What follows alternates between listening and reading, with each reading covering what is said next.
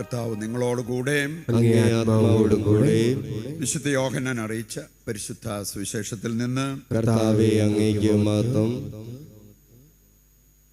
അധ്യായം 15 9 മുതലുള്ള തിരുവചന ഭാഗം. അക്കാലത്ത് ഈശോ തൻ്റെ ശിഷ്യന്മാരോട് അരുൾ ചെയ്തു, പിതാവ് എന്നെ സ്നേഹിച്ചതുപോലെ ഞാനും നിങ്ങളെ സ്നേഹിച്ചു. നിങ്ങൾ എൻ്റെ സ്നേഹത്തിൽ നിലനിൽക്കുവിൻ. ഞാൻ എൻ്റെ പിതാവിൻ്റെ കൽപ്പനകൾ പാലിച്ച് അവിടുത്തെ സ്നേഹത്തിൽ നിലനിൽക്കുന്നത് പോലെ നിങ്ങൾ എൻ്റെ കൽപ്പനകൾ പാലിച്ചാൽ എൻ്റെ സ്നേഹത്തിൽ നിലനിൽക്കും. ഇത് ഞാൻ നിങ്ങളോട് പറഞ്ഞത് എൻ്റെ സന്തോഷം നിങ്ങളിൽ കുടികൊള്ളാനും നിങ്ങളുടെ സന്തോഷം പൂർണ്ണമാകാനും വേണ്ടിയാണ്. ഇതാണ് എൻ്റെ കൽപ്പന, ഞാൻ നിങ്ങളെ സ്നേഹിച്ചതുപോലെ നിങ്ങളും പരസ്പരം സ്നേഹിക്കണം. സ്നേഹിതർക്ക് വേണ്ടി ജീവൻ അർപ്പിക്കുന്നതിനേക്കാൾ വലിയ സ്നേഹം ഇല്ല. ഞാൻ നിങ്ങളോട് കൽപ്പിക്കുന്നത് നിങ്ങൾ ചെയ്യുന്നെങ്കിൽ നിങ്ങൾ എൻ്റെ സ്നേഹിതരാണ്. ഇനി ഞാൻ നിങ്ങളെ ദാസന്മാർ എന്ന് വിളിക്കുകയില്ല, കാരണം യജമാനൻ ചെയ്യുന്നത് എന്തെന്ന് ദാസൻ അറിയുന്നില്ല. എന്നാൽ ഞാൻ നിങ്ങളെ സ്നേഹിതന്മാരെന്ന് വിളിച്ചു. എന്തെന്നാൽ എൻ്റെ പിതാവിൽ നിന്ന് കേട്ടതെല്ലാം നിങ്ങളെ ഞാൻ അറിയിച്ചു. നിങ്ങൾ എന്നെ തിരഞ്ഞെടുക്കുകയല്ല, ഞാൻ നിങ്ങളെ തിരഞ്ഞെടുക്കുകയാണ് ചെയ്തത്. നിങ്ങൾ പോയി ഫലം പുറപ്പെടുവിക്കുന്നതിനും നിങ്ങളുടെ ഫലം നിലനിൽക്കുന്നതിനും വേണ്ടി ഞാൻ നിങ്ങളെ നിയോഗിച്ചിരിക്കുന്നു. തന്മൂലം നിങ്ങൾ എൻ്റെ നാമത്തിൽ പിതാവിനോട് ചോദിക്കുന്നത് എന്തും അവിടുന്ന് നിങ്ങൾക്ക് നൽകും. ഞാൻ നിങ്ങളോട് കൽപ്പിക്കുന്നു, പരസ്പരം സ്നേഹിക്കുവിൻ. കർത്താവിൻ്റെ സുവിശേഷം. ക്രിസ്തുവേ അങ്ങേക്ക് സ്തുതി.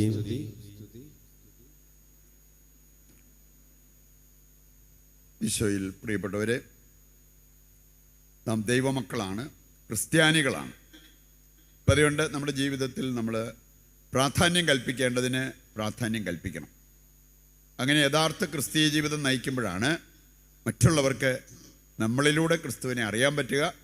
ക്രിസ്തുവിന് വേണ്ടി ജീവിക്കുന്ന നമുക്ക് അതിൻ്റേതായിട്ടുള്ള ഒരാത്മീയ ആനന്ദം അനുഭവിക്കുവാൻ സാധിക്കുക. നമ്മൾ എത്ര കോടീശ്വരന്മാരാണെന്ന് പറഞ്ഞാലും സ്നേഹിക്കുന്നവരല്ലെങ്കിൽ നമ്മൾ ഈ നാമത്തിന് യോഗ്യരല്ല. അതാണ് ഇന്നത്തെ വായനകളെല്ലാം കൃത്യമായിട്ട് നമ്മളെ പഠിപ്പിക്കുക. നാം പരസ്പരം സ്നേഹിക്കുന്നവരല്ലെങ്കിൽ അത് കർത്താവ് കൽപ്പന പോലെ തന്നിരിക്കുന്ന, ഞാൻ നിങ്ങളോട് കൽപ്പിക്കുന്നു, പരസ്പരം സ്നേഹിക്കുക. ഇന്നത്തെ ആദ്യ വായനയിൽ നമ്മൾ കാണുന്നു അപ്പോസ്തല പ്രവർത്തനം 10-ാം അധ്യായത്തിൻ്റെ ഒരു ഭാഗമാണ്. ഏതാനും പ്രധാനപ്പെട്ട കാര്യങ്ങൾ കർത്താവ് നമ്മളെ പഠിപ്പിക്കുന്നത് കാണാൻ പറ്റും. ഒരു കാര്യം, ദൈവം നമ്മെ കൃത്യമായിട്ട് അറിയുന്നവനും നമുക്ക് വേണ്ട മാർഗനിർദ്ദേശങ്ങൾ തക്ക സമയത്ത് നൽകുന്നവനുമാണ്. അത് നമ്മൾ അപ്പോസ്തല പ്രവർത്തനം 9 വായിച്ചാലും 10 വായിച്ചാലും നമ്മൾ കാണുന്നൊരു കാര്യമുണ്ട്. നമുക്കൊരു പ്രശ്നമുണ്ടോ, പരിഹരിക്കാനുള്ള ഏറ്റവും നല്ല മാർഗം ദൈവത്തോട് പ്രാർത്ഥിക്കുക എന്നുള്ളതാണ്. മനുഷ്യരുടെ കാലും പിടിച്ച് മനുഷ്യരോട് ഫോണും വിളിച്ച് അങ്ങനെ അവരുടെ മുമ്പിൽ കെഞ്ചി പറയുന്നതിനേക്കാൾ ദൈവത്തിൻ്റെ പക്കലേക്കൊന്ന് തിരിയാൻ പറ്റുമോ? ദൈവത്തോടൊന്ന് ഉള്ളൊരുക്കി പ്രാർത്ഥിക്കാൻ പറ്റുമോ? ദൈവം നമുക്കായിട്ട് പ്രവർത്തിക്കും. 9-ാം അധ്യായത്തിൽ നമ്മൾ കാണുന്നത് സാവൂള്, അതുപോലെ തന്നെ അനനിയാസ്, ഈ 2 പേര് ദൈവഭയമുള്ളവരാണ്. ഈ 2 പേര് 2 സ്ഥലത്തിരുന്ന് പ്രാർത്ഥിക്കുക. നമ്മൾ കാണുകയാണ് 2 പേരുടെയും അടുത്ത് ദൈവദൂതൻ വരുന്നു, ദൈവത്തിൻ്റെ സന്ദേശം വരുന്നു. സാവൂളിനോട് പറഞ്ഞു, അനനിയാസ് എന്ന് പേരുള്ള ഒരാൾ നിൻ്റെ അടുത്തേക്ക് വരും, അവൻ നിൻ്റെ മേൽ കൈവച്ച് പ്രാർത്ഥിക്കും, നിനക്ക് കാഴ്ച ലഭിക്കും. എന്നിട്ട് അനനിയാസിൻ്റെ അടുത്തേക്ക് ദൈവദൂതൻ വന്നിട്ട് പറയുകയാണ്, സാവൂൾ എന്ന് പേരുള്ള ഒരുവൻ. ആ പേര് കേട്ടപ്പോഴേ അവനൊന്ന് ഞെട്ടി, അനനിയാസ്. അതിന് അവൻ കാത്തിരിക്കുന്നു, അനനിയാസ് എന്ന് പേരുള്ള ഒരാൾ അവൻ്റെ അടുക്കൽ ചെല്ലും, അവൻ്റെ മേൽ കൈവച്ച് പ്രാർത്ഥിക്കും, അവന് കാഴ്ച ലഭിക്കും. അവൻ്റെ പേര് അനനിയാസ് എന്നാണല്ലോ. എന്ന് പറഞ്ഞാൽ നീ പോണം, നീ കാര്യം ചെയ്യണം. 2 പേര് 2 സ്ഥലത്തിരുന്ന് പ്രാർത്ഥിച്ചതല്ലേ, ദൈവമായിട്ട് അവരെ കണക്ട് ചെയ്യുന്ന ഒരു രംഗമാണ് നമ്മളിവിടെ കാണുക. എൻ്റെ പ്രിയപ്പെട്ടവരെ, നമ്മളായിട്ടല്ല വേറൊരാളുമായിട്ട് കണക്റ്റഡ് ആകാൻ നമ്മൾ പരിശ്രമിക്കുക. അതിനേക്കാൾ പ്രധാനപ്പെട്ട ഒരു കാര്യമാണ് ദൈവമായിട്ട് കണക്ട് ചെയ്യണം. എത്രയോ സംഭവങ്ങൾ ഞാൻ കേട്ടിട്ടുണ്ട്. ദൈവം കൊടുത്ത നിർദ്ദേശം പാലിക്കാതിരിക്കാൻ പറ്റില്ല. അത് ചിലപ്പം ലക്ഷങ്ങൾ എടുത്തു കൊടുക്കുന്ന കാര്യമായിരിക്കാം, പക്ഷേ അത് അവർ ചെയ്തു. കാരണം ദൈവം ആവശ്യപ്പെട്ടൊരു കാര്യം, ദൈവം തോന്നിപ്പിച്ചൊരു കാര്യം. ദൈവം തോന്നിപ്പിക്കാതെ ആരെല്ലാം ഘോരം പ്രസംഗിച്ചെന്ന് പറഞ്ഞാൽ 1 ലക്ഷം പോയിട്ട് 10 രൂപ പോലും എടുത്ത് ഒരാൾ വേറൊരാൾക്ക് കൊടുത്തെന്ന് വരില്ല. പറയുണ്ട് ദൈവമായിട്ട് നമ്മളെ കണക്ട് ചെയ്യണം. അതായത് സാമ്പത്തിക മേഖല മാത്രമല്ല, ഏത് പ്രശ്നമാണേലും ആ പ്രശ്നത്തിന് പരിഹാരം ദൈവത്തിലാണ്. അതിന് നമ്മൾ ദൈവത്തോട് പ്രാർത്ഥിക്കുകയാണ് ചെയ്യേണ്ടത്. നമ്മൾ കേട്ടത് 10-ാം അധ്യായത്തിൻ്റെ ഒരു ഭാഗമാണ്. അവിടെ നമ്മൾ കാണുകയാണ് കൊർണേലിയൂസ് ഒരു വിജാതീയൻ, അതുപോലെ തന്നെ പത്രോസ്, അവന് യഹൂദർക്ക് വേണ്ടിയുള്ളതായിരുന്നു. യഹൂദൻ പറയുകൊണ്ട് തന്നെ പൗലോസിൻ്റെയും പത്രോസിൻ്റെയും ഇടയ്ക്ക് ചില അഭിപ്രായ വ്യത്യാസങ്ങളുണ്ടായി. ഇതിൻ്റെ പേരിൽ യഹൂദൻ വിജാതീയരുമായിട്ട് ഇടപഴകുന്നത് സൂക്ഷിച്ചു വേണ്ടേ? അങ്ങനെയുള്ള കാര്യങ്ങൾ നമ്മൾ ശ്രദ്ധിക്കേണ്ടതല്ലയോ? പക്ഷെ നമ്മൾ കാണുകയാണ് ഈ പത്രോസ് ഒരു സ്ഥലത്തിരുന്ന് പ്രാർത്ഥിക്കുന്നു, അതുപോലെ കൊർണേലിയൂസ് അവൻ്റെ വീട്ടിലിരുന്ന് പ്രാർത്ഥിക്കുന്നു. കൊർണേലിയൂസ് വിജാതീയനായിരുന്നെങ്കിലും എക്സ്ട്രാ ഡീസൻ്റ് ആയിരുന്നു. അവന് നല്ല പ്രാർത്ഥനയുണ്ടായിരുന്നു. അതുപോലെ തന്നെ അവനെ സംബന്ധിച്ചിടത്തോളം ദാനധർമ്മങ്ങൾ അതിൽ വളരെ വളരെ മുന്നിട്ട് നിന്നൊരു വ്യക്തി. വിജാതീയനെങ്കിലും പ്രാർത്ഥനയും ദാനധർമ്മങ്ങളും ഉണ്ടായിരുന്നു. ഒരു ക്രിസ്ത്യാനിയുടെ ജീവിതത്തിൽ അടിസ്ഥാനപരമായിട്ടുണ്ടായിരിക്കേണ്ട കാര്യം, ക്രിസ്ത്യാനി എന്ന പേരുണ്ടായിരിക്കുകയും ഈ കാര്യങ്ങൾ ഇല്ലാതെ പോവുകയും ചെയ്താലോ? വിജാതീയനാണെങ്കിൽ പോലും അവന് പ്രാർത്ഥന ദൈവാശ്രയത്വം ഉണ്ടായിരുന്നു. അവന് ദാനധർമ്മങ്ങളിൽ അവൻ അറിയപ്പെട്ടിരുന്നവനാണ്. അവൻ്റെ അടുത്തേക്കാണ് ദൈവത്തിൻ്റെ സന്ദേശം വരിക, നീ ആളെ അയച്ച് പത്രോസിനെ നിൻ്റെ വീട്ടിലേക്ക് വരുത്തുക. എന്നിട്ട് പത്രോസ് എവിടെയാണെന്ന് ഇവൻ അന്വേഷിച്ചു പോകേണ്ട കാര്യം വന്നില്ല. ദൈവദൂതൻ തന്നെ വെളിപ്പെടുത്തി, കടൽ തീരത്ത് ശിമയോൻ എന്ന് പറയുന്ന ഒരുവൻ്റെ വീട്ടിൽ താമസിക്കുന്ന പത്രോസ് എന്ന് പേരുള്ളവന് നീ ആളയച്ച് നിൻ്റെ വീട്ടിലേക്ക് വരുത്തുക. അപ്രകാരം കൊർണേലിയൂസ് ചെയ്യുന്നത് കാണാൻ പറ്റും. പത്രോസ് വന്ന് കയറിയപ്പോഴേ അവൻ്റെ കാൽക്കൽ വീണവന് ദൈവത്തെപ്പോലെ ആരാധിക്കുന്നു. കാരണം ഇങ്ങനെയുള്ള സന്ദേശമൊക്കെ കിട്ടിയപ്പോഴത്തേക്കും ഇതൊരു സാധാരണ വ്യക്തിയൊന്നും അല്ല, അസാധാരണ വ്യക്തിയാണെന്നുള്ള രീതിയിൽ അവൻ്റെ കാൽക്കൽ കിടക്കുന്നത് കാണാൻ പറ്റും. നമുക്കെല്ലാവർക്കും താല്പര്യമുള്ളൊരു കാര്യമാണ് മറ്റുള്ളവർ നമ്മളെ ഒന്ന് പൊക്കിപ്പറയുക, പതപ്പിക്കുക.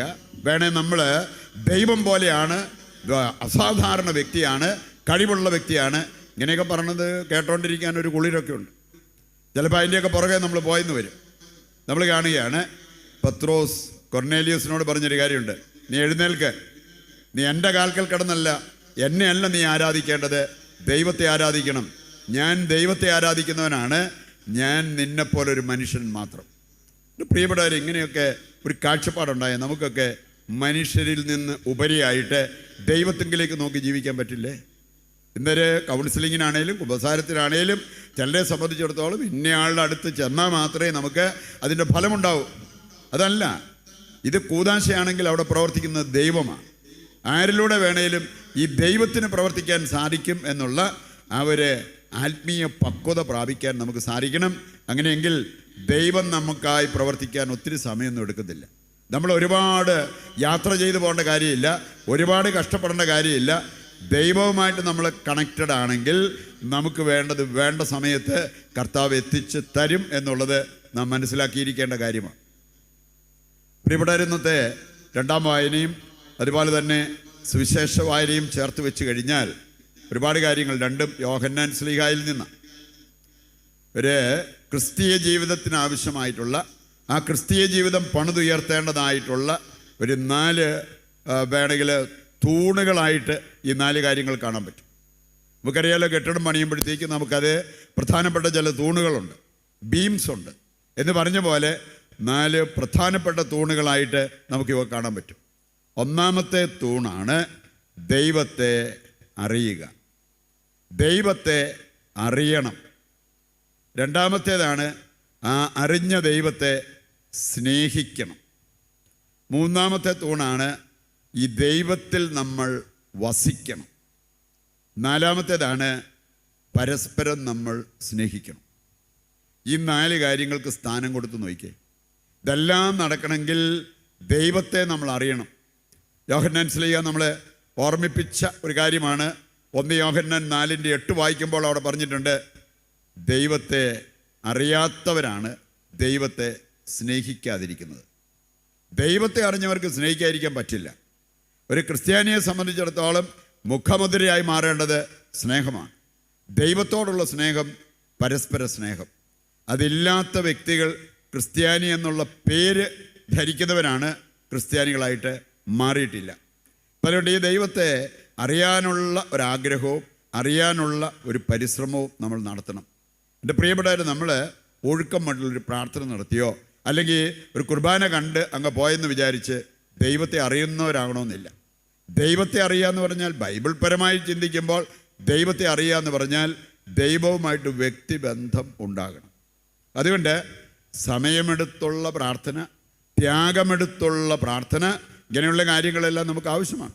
ബൈബിളിലൂടെ കടന്നു പോകുമ്പോൾ ആദ്യത്തെ 3 സുവിശേഷങ്ങളുടെ ഏത് സുവിശേഷത്തിൻ്റെ 6-ാം അധ്യായം എടുത്താലും പ്രാർത്ഥനയെക്കുറിച്ചാണ്. പ്രാർത്ഥനയുടെ പ്രാധാന്യം, അതും നീണ്ട പ്രാർത്ഥന. ചെറിയ ഒരു 5 മിനിറ്റ് 10 മിനിറ്റിൻ്റെ പ്രാർത്ഥന എന്നല്ല അവിടെ പറഞ്ഞിരിക്കുന്നത്. ആ ദിവസങ്ങളിൽ യേശു പ്രാർത്ഥിക്കാൻ മലയിലേക്ക് പോയി രാത്രികാലം മുഴുവൻ പ്രാർത്ഥനയിൽ മുഴുകി. നീണ്ട പ്രാർത്ഥന, നീണ്ട മണിക്കൂറുകൾ എടുത്തുള്ള പ്രാർത്ഥന. അതിൻ്റെ ഫലമായിട്ട് നമ്മുടെ ജീവിതത്തിൽ സംഭവിക്കുന്നത് ദൈവത്തെ നമ്മൾ അറിയും. ഈ ദൈവത്തെ അറിഞ്ഞാൽ ആ ദൈവത്തെ നമുക്ക് സ്നേഹിക്കാതിരിക്കാൻ പറ്റില്ല. ദൈവത്തെ അറിഞ്ഞതിൻ്റെ പേരിലുള്ള സ്നേഹമേ കഴമ്പുള്ള സ്നേഹമാകൂ, അതിനകത്തെ നമുക്ക് നിലനിൽക്കാൻ പറ്റത്തുള്ളൂ. ഇതെല്ലാവരും പറഞ്ഞു കേട്ട് ദൈവം സ്നേഹമാണെന്ന് കേട്ടതിൻ്റെ പേരിൽ നീ ഇന്ന കാര്യങ്ങൾ ചെയ്യുന്നില്ലെങ്കിൽ വലിയ ഗുലുമാല് വരാം, പ്രശ്നങ്ങൾ വരാം എന്ന് പറഞ്ഞു കേട്ടതിൻ്റെ വെളിച്ചത്തിലുള്ള ഒരു പ്രാർത്ഥനാ ജീവിതമാണെങ്കിൽ അത് അധികമൊന്നും മുമ്പോട്ട് പോകത്തില്ല. അതുകൊണ്ട് പരീക്ഷ തോറ്റതിൻ്റെ പേരിൽ പോയി ബൈബിൾ വലിച്ചു കയറിയ ആൾക്കാരുണ്ട്. പരീക്ഷ തോറ്റതിൻ്റെ പേരിൽ പോയി കുരിശുരൂപം എടുത്ത് ഓടിച്ച ആൾക്കാരുണ്ട്. ഇതൊക്കെ എന്നതാ? ദൈവത്തെ സ്നേഹിക്കുന്നവരല്ല, ദൈവത്തെ ഉപയോഗിക്കാൻ നോക്കിയവർ. അവരുടെ മനസ്സിലിരിപ്പ് നടക്കാതെ വന്നപ്പോഴേ ദൈവം കൊള്ളത്തില്ല, ദൈവത്തിനെതിരായിട്ട് സംസാരിക്കുന്ന അവസ്ഥകൾ. ഇതല്ല സ്നേഹം. അതുകൊണ്ടാണ് ഇന്നത്തെ വായനകൾ കൃത്യമായിട്ട് നമ്മളെ ഓർമ്മിപ്പിക്കുന്ന ഒരു കാര്യമാണ് ദൈവത്തെ അറിഞ്ഞ് സ്നേഹിക്കാൻ തുടങ്ങണം. അങ്ങനെയുള്ളവർ അവരുടെ വാസം ദൈവത്തിലാണ്. നമുക്ക് വേണമെങ്കിൽ ലോകത്തിൻ്റെതായ പല കാര്യങ്ങളിലും മുഴുകി ജീവിക്കാൻ പറ്റും. അങ്ങനെയുള്ളവർ ക്രിസ്തീയ ജീവിതത്തിൻ്റെ സൗന്ദര്യം അവർക്കുണ്ടാകില്ല, ക്രിസ്തീയ ജീവിതത്തിൻ്റെ സ്വാദ് അവരാസ്വദിച്ചെന്ന് വരില്ല. പകരം ദൈവത്തിൽ വസിക്കുന്നവരായിട്ട് നമ്മൾ മാറണം. നമുക്ക് പാപം ചെയ്യാനുള്ള കഴിവ്, അവസരം ഇതെല്ലാം ഉണ്ടായിട്ട് അത് ചെയ്യാതിരിക്കുന്നെങ്കിൽ അങ്ങനെയുള്ളവരുടെ സ്നേഹമാണ് കഴമ്പുള്ള സ്നേഹം. അതിലേക്കാണ് നമ്മൾ വരേണ്ടത്. അവരാണ് ദൈവത്തിൽ വസിക്കുന്നവരായിട്ട് മാറുക എന്നുള്ള ആ യാഥാർത്ഥ്യം നമ്മൾ തിരിച്ചറിയണം. പകരം നമുക്ക് വേറെ ഒരു നിവൃത്തിയില്ലാത്തതുകൊണ്ട് നമ്മൾ പാപം ചെയ്യുന്നില്ല. അതല്ലെങ്കിൽ നമുക്കിപ്പം വലിയ അത്യാവശ്യ കാര്യങ്ങളൊന്നും ഇല്ലാത്തതുകൊണ്ട് നമ്മൾ പ്രാർത്ഥിക്കുന്നില്ല. എന്തെങ്കിലും നീറുന്ന പ്രശ്നം വന്നാൽ ഉടനെ പ്രാർത്ഥനയിലേക്ക് തിരിയും. ഇതൊന്നും ദൈവത്തെ സ്നേഹിക്കുന്നതിൻ്റെ, ദൈവത്തിൽ വസിക്കുന്നതിൻ്റെ അടയാളങ്ങളല്ല എന്നുള്ളത് മനസ്സിലാക്കാൻ നമ്മൾ ഒരുപാട് ബുദ്ധിമുട്ടേണ്ടതില്ല. ഇനി പ്രിയപ്പെട്ടവരെ, അവസാനത്തെ പില്ലർ, ആ തൂണ് വളരെ പ്രധാനപ്പെട്ടതാണ്. നാം പരസ്പരം സ്നേഹിക്കണം. ഇതിനു വേണ്ടി വിളിക്കപ്പെട്ടവരാണ്. അതുകൊണ്ടാണ് ഞാൻ പറഞ്ഞത്, നമ്മൾ കോടികൾ ഉണ്ടാക്കിയിട്ടുണ്ട്, എൻ്റെ മക്കൾക്ക് വേണ്ടി കോടികൾ ഞാൻ സമ്പാദിച്ചിട്ടുണ്ട്, പക്ഷേ ആ മക്കളെ സ്നേഹിക്കേണ്ടതുപോലെ സ്നേഹിച്ചിട്ടില്ലെങ്കിൽ ഇതിനെന്ത് കാര്യം? ഇതിനെന്ത് വിലയാണ് കർത്താവ് കൽപ്പിക്കുക? മത്തായിയുടെ സുവിശേഷം 16:26 വായിച്ചാൽ കോടികൾ മാത്രമല്ല, അവിടെ പറഞ്ഞിരിക്കുന്നൊരു കാര്യമുണ്ട്. നീ ലോകം മുഴുവൻ നേടിയാലും നിൻ്റെ ആത്മാവ് നഷ്ടപ്പെട്ടാൽ നീ എന്ത് നേടി? പറയുണ്ട്, ആത്മാവിനെ നമ്മൾ നേടുന്നത് സ്നേഹത്തിലൂടെയാണ്. ദൈവത്തെ സ്നേഹിച്ച് കാണപ്പെടുന്ന സഹോദരനെ സ്നേഹിക്കുന്നവനാണ് കാണപ്പെടാത്ത ദൈവത്തെ സ്നേഹിക്കുന്നവരുടെ ഗണത്തിൽപ്പെടുക. മാത്രമല്ല, ഒരു കാര്യം ക്രിസ്ത്യാനികളൊക്കെ അറിഞ്ഞിരിക്കേണ്ട ഒരു കാര്യമുണ്ട്. നമുക്ക് സഹോദര സ്നേഹം അതിൽ വളരാൻ സാധിക്കണമെങ്കിൽ ആദ്യം നമ്മൾ നമ്മുടെ കുടുംബത്തിലുള്ളവരെ സ്നേഹിക്കണം. നമുക്ക് ജന്മം തന്ന മാതാപിതാക്കളെ, നമ്മുടെ കൂടെ അല്ലെങ്കിൽ നമ്മുടെ സിബ്ലിങ്സ് ആയിട്ടുള്ള സഹോദരങ്ങളെ, നമുക്ക് ദൈവം തന്ന മക്കൾ, ഇങ്ങനെയുള്ളവരെ സ്നേഹിക്കാതെ ഉണ്ട് പുറത്തൂടെ ഓടി നടന്ന് ആരുടെയെല്ലാം സൽപ്പേര് സമ്പാദിക്കാൻ നമ്മൾ പോയെന്ന് പറഞ്ഞാലും അതൊക്കെ കിട്ടിയെന്ന് പറഞ്ഞാലും നമ്മുടെ ജീവിതം ക്രിസ്തീയ ജീവിതം ആകത്തില്ല. പറയുണ്ട്, കർത്താവ് പറയുന്നൊരു കാര്യമുണ്ട്, മദർ തെരേസ പറഞ്ഞതാണ്, നിങ്ങൾ ഈ സമൂഹത്തിൽ സമാധാനവും സന്തോഷവും കാണാൻ ഇഷ്ടപ്പെടുന്നവരാണോ? ആണെങ്കിൽ ആദ്യം നിൻ്റെ വീട്ടിലേക്ക് പോവുക, വീട്ടിലുള്ളവരെ സ്നേഹിക്കുക, കുടുംബാംഗങ്ങളെ സ്നേഹിക്കുക, അവരെ കരുതുക, അവർക്ക് വേണ്ടി ജീവിക്കുക. അങ്ങനെയുള്ള കാര്യങ്ങൾ ചെയ്യുമ്പോൾ നമ്മുടെ സമൂഹത്തിൽ പോലും അതിൻ്റേതായിട്ടുള്ള നന്മകൾ കാണാൻ സാധിക്കും എന്നുള്ളത് ഈ വിശുദ്ധ ഉറക്കെ പ്രഖ്യാപിച്ച കാര്യങ്ങളാണ്. അതുകൊണ്ട് പ്രിയപ്പെട്ടവരെ, ദൈവം നമ്മെ ക്ഷണിക്കുകയാണ് ഈ രീതിയിലുള്ള യഥാർത്ഥമായ ഒരു ക്രിസ്തീയ ജീവിതം നയിക്കാൻ. ഇന്നത്തെ ആദ്യ വായനയിൽ നമ്മൾ കേട്ടൊരു കാര്യം, നമ്മളൊക്കെ അറിഞ്ഞിരിക്കേണ്ട ഒരു യാഥാർത്ഥ്യമുണ്ട്: ദൈവത്തിന് പക്ഷപാതമില്ല. അതുകൊണ്ട് തന്നെ ദൈവമക്കൾക്ക് പക്ഷപാതം ഉണ്ടാകരുത്. സ്വന്തം മക്കളുടെ കാര്യത്തിൽ പോലും ഒരാളോട് കാണിക്കുന്ന സ്നേഹവും ബഹുമാനവും മറ്റൊരാളോട് കാണിക്കാതിരിക്കുന്ന അവസ്ഥ പക്ഷപാതമല്ലേ? ഇനി ബാഹ്യമായിട്ടുള്ള കാര്യങ്ങൾ കണ്ടുകൊണ്ട് ഒരാൾ ഡീസൻ്റായിട്ട് ഡ്രസ്സ് ധരിച്ചിട്ടുണ്ടെങ്കിൽ അവനോടുള്ള പെരുമാറ്റം ഒന്ന്, വേണമെങ്കിൽ ദരിദ്രനായി കാണപ്പെടുന്നവനോടുള്ള പെരുമാറ്റം മറ്റൊന്ന്. യാക്കോസ്ലിയ 2-ാം അധ്യായം വായിച്ചാൽ അവിടെ പറഞ്ഞിട്ടുണ്ട്, ഈ രീതിയിലുള്ള പക്ഷപാതം പാപമാണ്. അത് ഒഴിവാക്കി നമുക്ക് എല്ലാവരെയും നമ്മുടെ സഹോദരങ്ങളായിട്ട് കണ്ടുകൊണ്ട് ആരെ നമ്മൾ സഹായിച്ചാലും ദൈവത്തെയാണ് നമ്മൾ സ്നേഹിക്കുന്നത് എന്നുള്ള ആ ഒരു ബോധ്യത്തിലേക്ക് നമ്മൾ വരണം. മനുഷ്യരെ വിട്ടിട്ട് ദൈവത്തെ പിടിക്കാൻ നമ്മൾ പഠിക്കണം. മനുഷ്യരെ പ്രീതിപ്പെടുത്തുന്നതിനേക്കാൾ ദൈവപ്രീതി ലക്ഷ്യമാക്കി ജീവിക്കാൻ നമുക്ക് സാധിക്കണം. അതുപോലെ തന്നെ മനുഷ്യർക്ക് വേണ്ടി കുറേ കാര്യങ്ങൾ ചെയ്യുന്നതിനേക്കാൾ ചെയ്യുന്ന സകല കാര്യങ്ങളും ദൈവമഹത്വത്തിനായിട്ട് ചെയ്യണം. ഇങ്ങനെയുള്ള കാര്യങ്ങൾ ശ്രദ്ധിക്കുന്നെങ്കിൽ നമ്മുടെ ജീവിതത്തിലേക്ക് വലിയ അനുഗ്രഹങ്ങൾ ഒഴുകി വരും. നമ്മുടെ ജീവിതത്തിലൂടെ അനേകരുടെ ജീവിതത്തിലേക്ക് ദൈവാനുഗ്രഹം ഒഴുകും. അത് നിറവേറുവാൻ ആഗ്രഹിച്ച് ഈ ബലിയിൽ ദൈവത്തോട് നമുക്ക് പ്രത്യേകം പ്രാർത്ഥിക്കുകയും ചെയ്യാം.